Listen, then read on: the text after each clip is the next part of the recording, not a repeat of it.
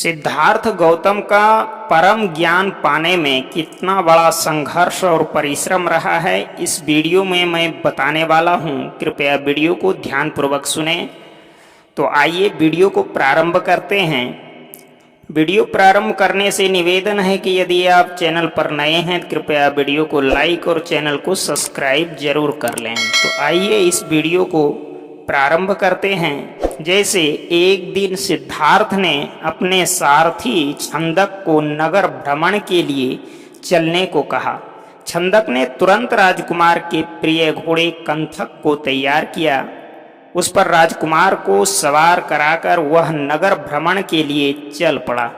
राजा शुद्धोधन ने ऐसा प्रबंध कराया था कि राजकुमार को मार्ग में कोई करुणाजनक दृश्य दिखाई न दे, ताकि उसके मन में विरक्ति की भावना उत्पन्न न हो। जिस मार्ग से उन्हें जाना था उसे स्वच्छ करके सजाया गया था। उस मार्ग पर दोनों ओर सुंदर सुंदर लड़के लड़कियां खड़े थे। जब सिद्धार्थ उनके पास से गुजरते तो वे उन पर फूल बरसाते। कहीं दुख या कष्ट का नाम भी दिखाई नहीं दे रहा था। राजकुमार सिद्धार्थ भी उस समय प्रसन्न दिखाई दे रहे थे। एकाएक उनकी दृष्टि कहीं दूर उठ गई। एक झुकी हुई कमर वाला वृद्ध व्यक्ति उन्हीं की ओर चला आ रहा था। उसका मुंह झुर्रियों से भरा हुआ था, आंखें अंदर को धसी हुई थी, हाथ पैर कांप रहे थे। वह लाठी का सहारा लेकर बड़ी मुश्किल से चल पा रहा था। जरा उधर देखो छंदक, सिद्धार्थ ने उस वृद्ध की ओर संकेत करते हुए कहा। उस आदमी की ओर जिसकी कमर झुकी हुई है, मुझे बताओ कि उसे क्या हो गया है।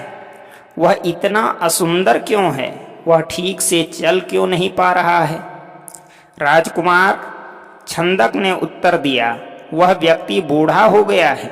उसकी आयु अधिक हो गई है। अधिक आयु हो जाने पर व्यक्ति ऐसा ही हो जाता है।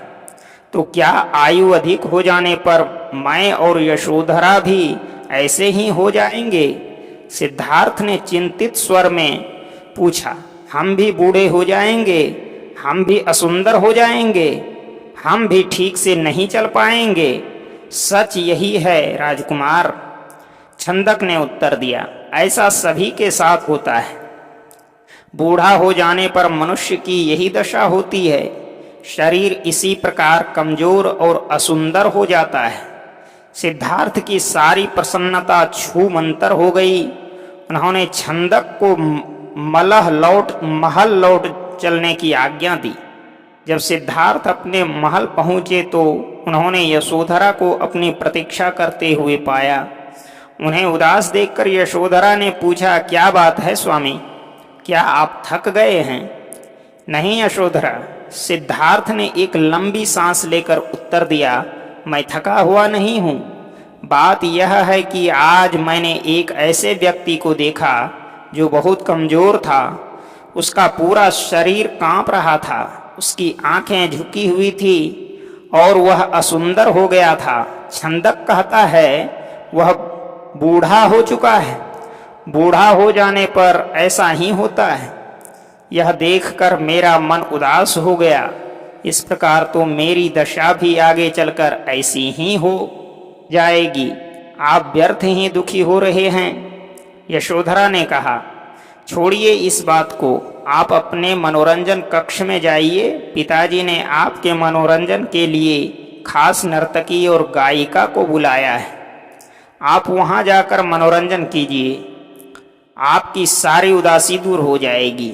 यशोधरा की बात मानकर सिद्धार्थ मनोरंजन कक्ष में चले गए। वहां नर्तकी और गायिका ने अपनी कला का भरपूर प्रदर्शन किया। उन्होंने सिद्धार्थ की उदासी को दूर करने का पूरा प्रयास किया, लेकिन सिद्धार्थ की उदासी दूर न हुई। उनकी आंखों के सामने रह रहकर वही वृद्ध व्यक्ति घूम रहा था जिसे उसने मार्ग में देखा था। वह बार बार यह सोच रहा था कि क्या बूढ़ा होने से बचने का कोई उपाय नहीं है। कुछ दिनों बाद अचानक सिद्धार्थ ने पुनः भ्रमण की इच्छा व्यक्त की। इस बार छंदक एक रथ सजाकर ले आया। रथ पर सवार होकर सिद्धार्थ पुनः नगर की ओर भ्रमण की ओर चल पड़े। इस बार छंदक पूरा प्रयास कर रहा था कि राजकुमार को कोई करुणाजनक दृश्य दिखाई न दे, लेकिन जो होना होता है वह होकर ही रहता है। मार्ग में सिद्धार्थ को एक रोगी व्यक्ति दिखाई दिया। वह रोग के कारण कराह रहा था। सिद्धार्थ ने तत्काल रथ रुकवाया और छंदक से पूछा, इसे क्या हो गया है? यह इस प्रकार कराह क्यों रहा है? राजकुमार छंदक ने उत्तर दिया, इसे रोग ने घेर रखा है। यह रोग के कष्ट को सहन नहीं कर पा रहा है, इसी कारण कराह रहा है। परंतु इसे रोग ने क्यों घेर लिया? सिद्धार्थ ने आश्चर्य से पूछा।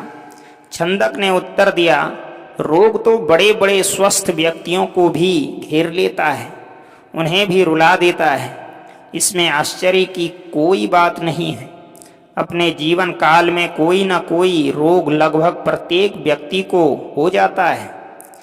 ओहो, सिद्धार्थ बड़बड़ाए, तो रोग भी मनुष्य को कष्ट पहुंचाते हैं। इनसे भी मनुष्य नहीं बच सकता। मैं भी नहीं बच सकूंगा। जब मुझे भी कोई रोग हो जाएगा तो मैं इसी तरह दर्द से कराहूंगा। छंदक ने रथ को आगे बढ़ाया। थोड़ा आगे चलने पर सिद्धार्थ को एक शव यात्रा जाती हुई दिखाई दी। उन्होंने पुनः छंदक से प्रश्न किया, यह कैसा दृश्य है?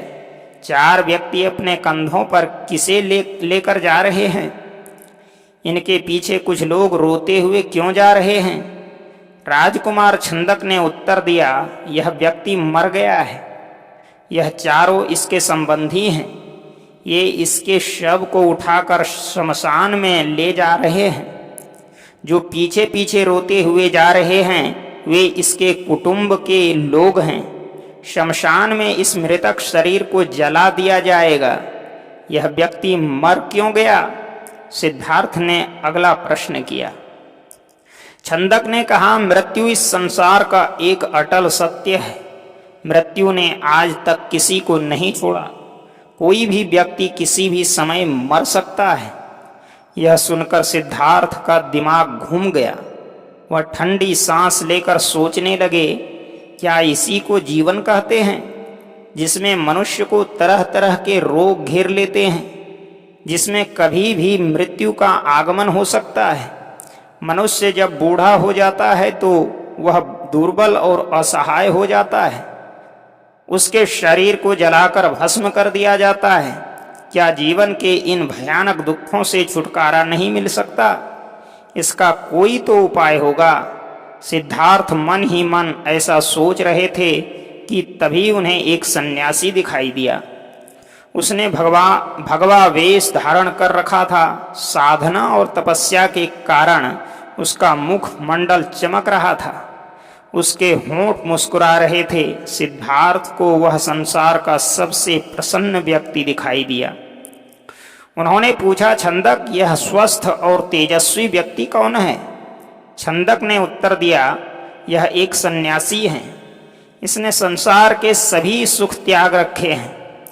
इसने संयम द्वारा अपनी इंद्रियों को वश में कर रखा है। यह अपने ईश्वर की तपस्या साधना करता है, इसलिए यह स्वस्थ, निरोग व सुंदर है। तपस्या के कारण ही इसका मुखमंडल चमक रहा है। सिद्धार्थ को जैसे अपने सभी प्रश्नों के उत्तर मिल गए। वह एकदम शांत हो गए। उस सन्यासी के दर्शन मात्र से ही उसके मन का सारा क्लेश दूर हो गया। उसने मन ही मन सोचा, रोग, बुढ़ापा तथा जन्म मरण के कष्ट से छुटकारा पाने का उपाय संयम, त्याग, तपस्या है। जीवन का सार सत्य की खोज करना है। संसार के सभी सुख नकली है। मैं अब इन झूठे सुखों में नहीं फंसूंगा। मैं उस तेजस्वी सन्यासी की तरह बनूंगा।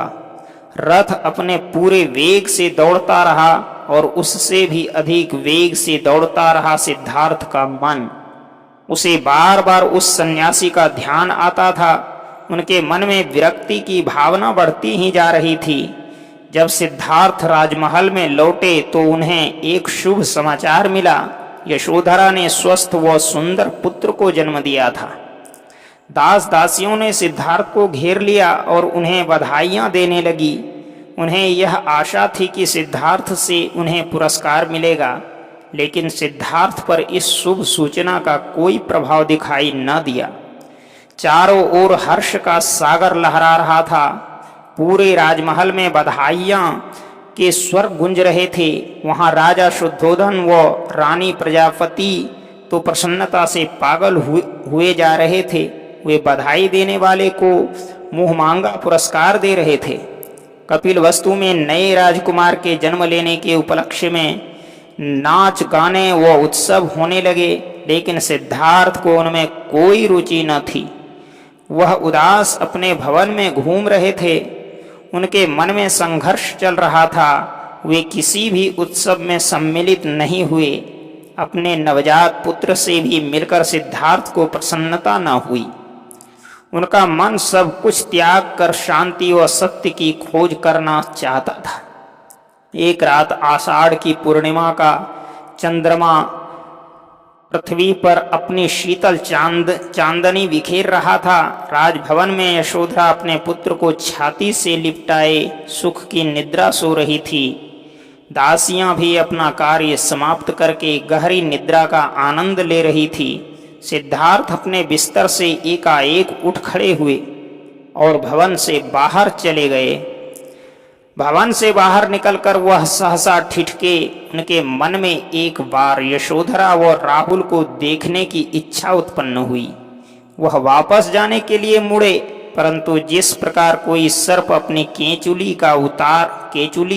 को उतार कर उसकी ओर नहीं देखता, वैसे ही सिद्धार्थ ने भी अपने मोह को एक ही झटके से त्याग दिया। धीरे धीरे चलते हुए सिद्धार्थ वहां जा पहुंचे जहां उनका सारथी छंदक सो रहा था। सिद्धार्थ ने उसे जगाया। छंदक ने चौंक कर अपनी आंखें खोली। वह निकट बंधे कंथक घोड़े ने भी हिनहिनाकर सिद्धार्थ की ओर देखा। राजकुमार, छंदक ने नम्रता से आश्चर्य से कहा, आप और यहाँ, वह भी रात के इस समय? सब कुछ ठीक तो है ना? छंदक सिद्धार्थ ने आदेश दिया, तुरंत रथ तैयार करो, मैं इसी समय राजभवन से बाहर जाना चाहता हूं। छंदक ने ध्यानपूर्वक सिद्धार्थ की ओर देखा। वह कुछ पूछना चाहता था, परंतु पूछने का साहस न कर सका। रथ को तैयार करके वह सिद्धार्थ के निकट ले आया। सिद्धार्थ रथ पर सवार हुए तथा छंदक को नगर से बाहर वन की ओर चलने के लिए कहा। चारों ओर गहरा अंधकार था। वहां सन्नाटा छाया हुआ था। जंगली जीव जंतुओं की आवाजें कभी कभी सन्नाटे को भंग कर देती। वातावरण बहुत डरावना हो जाता। घने जंगल के निकट सिद्धार्थ ने छंदक को रथ रोकने का आदेश दिया। रथ रुकते ही सिद्धार्थ नीचे उतर आए। सामने ही यमुना नदी अपने पूरे वेग से बह रही थी। उस समय वे अनुप्रिय नामक स्थान के निकट खड़े थे। सिद्धार्थ ने अपनी राजसी वेशभूषा उतार दी। साथ ही उन्होंने एक एक करके अपने आभूषण भी उतार दिए।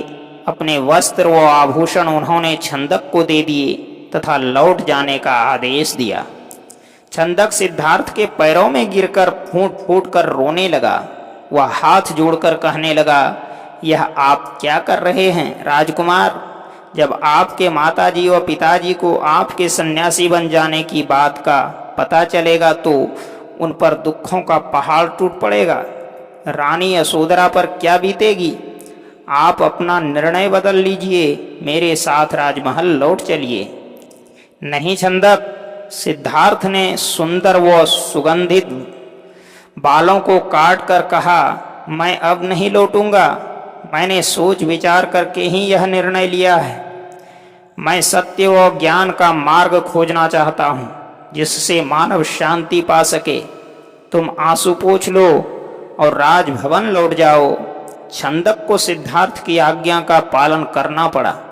उसने सिद्धार्थ के चरण स्पर्श किए, उनके कीमती वस्त्रों व आभूषणों को रथ में रखा और कपिलवस्तु की ओर चल पड़ा। जिस समय छंदक राजभवन में लौटा, सुबह का प्रकाश चारों ओर फैल चुका था। राजा शुद्धोधन बाग में भ्रमण कर रहे थे। जब उन्होंने सिद्धार्थ का खाली रथ देखा तो उनके माथे पर बल पड़ गए। उन्होंने क्रोध से छंदक की ओर देखा और पूछा, तुम बिना बताए सिद्धार्थ को कहाँ ले गए थे? वह इस समय कहाँ है? छंदक ने रोते हुए वह पूरी बात बता दी। फिर रथ से सिद्धार्थ के कीमती वस्त्र व आभूषण लाकर उन्हें सौंप दिए। शुद्धोधन उन वस्त्र आभूषणों को छाती से लिपटाकर फूट फूट कर रोने लगे। उन्होंने कहा, विद्वान पंडितों व ज्योतिषियों की भविष्यवाणी आज सच हो गई। मेरा बेटा संसार के सभी सुखों को ठुकराकर सन्यासी बनने चला गया। रानी प्रजापति को जब इस बात की सूचना मिली तो वह पछाड़ खाकर गिर पड़ी। जब यशोधरा को पता चला तो वह भी इस बात को सहन न कर सकी। वह विलाप करने लगी, हे स्वामी, तुम बिना कहे ही घर छोड़कर चले गए। मुझसे कम से कम एक बार मिल तो लेते। क्या मैं इस योग्य भी नहीं थी? क्या तुम्हें अपने छोटे से पुत्र का भी ध्यान नहीं आया? कम से कम उससे तो मिलकर जाते। इसके बाद यशोधरा ने भी राजसी वेशभूषा उतार फेंकी। केवल सुहाग चिन्हों को छोड़कर उसने सभी आभूषणों का त्याग कर दिया। वह साधारण भोजन करती तथा पृथ्वी पर सोती। उसकी यह दशा देखकर प्रजापति बहुत दुखी होती। वह यशोधरा को छाती से लगाकर रो पड़ती और अपने स्वास्थ्य का ध्यान रखने के लिए कहती, यह तेरे खेलने खाने की आयु है। बहू वे यशोधरा से कहती, परंतु तूने तो सिद्धार्थ की तरह ही संसार के सभी सुख छोड़ दिए हैं। क्या यह ठीक है? इस तरह रहने से क्या तुम बीमार नहीं पड़ जाओगी? तब राहुल की देखभाल कौन करेगा? माताजी यशोधरा उत्तर देती, मेरे पति अब सन्यासी बन चुके हैं। वे पृथ्वी पर शयन करेंगे तथा जंगली फूल फलों का भोजन करेंगे। ऐसे में मैं भला राजभवन में सुख के साथ कैसे रह सकती हूँ? आप कृपया दुखी ना हो। राहुल में ही इसके पिताजी की छवि को देखें, इससे आपको शांति मिलेगी। प्रजापति राहुल को छाती से लिपटाकर रो पड़ी। सिद्धार्थ के चले जाने के बाद कपिलवस्तु का हर व्यक्ति उदास हो गया। राजमहल में तो दुख का साम्राज्य ही स्थापित हो गया। ऐसे में केवल नन्हे राहुल की किलकारियां ही राजमहल में गूंजती तथा सबका मन बहलाती। तो ये तथागत बुद्ध का बुद्धत्व बनने का एक छोटा सा संक्षिप्त सफ़र मैंने इस वीडियो के द्वारा बताने का प्रयास किया हूँ। कृपया वीडियो को लाइक और चैनल को सब्सक्राइब जरूर करें। मिलते हैं अगली वीडियो।